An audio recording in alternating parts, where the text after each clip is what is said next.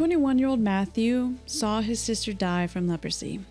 And now, 1 year later, as he looked down at his leg and feet, he knew he would be next if he couldn't get help. But it was 2020, and Matthew lived in remote Togo. With each passing day of the pandemic, clinics and hospitals all over Africa watched their medical supplies dwindle with no replenishment in sight. Even if Matthew could get to a clinic, there was no guarantee that it would have the antibiotics he needed. Still, Matthew began the journey to the nearest clinic. Meanwhile, the wound clinic run by Medical Mission International had not been able to resupply their pharmacy for weeks.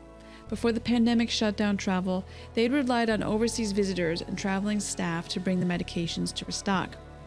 By the time Matthew arrived at the clinic, their antibiotic supply had run out long before, and clinic staff had tried something they never had.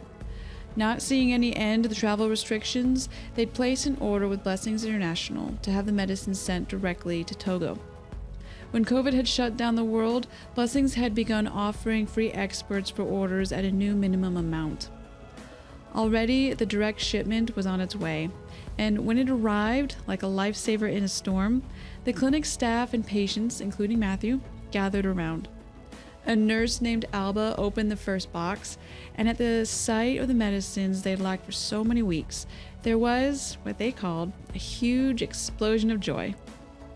Not only were there enough medicines and supplies to restock the empty pharmacy shelves, but there were also the antibiotics Matthew needed so desperately. They'd come just in time. In 1 week from the beginning of treatment, Matthew went from worried for his life to posing for a photo, 2 thumbs up, standing on both feet. Whether medicine is brought to a country by hand or by direct shipment, there is always someone on the other end hoping for healing. Together, we can provide hope and healing for people just like Matthew.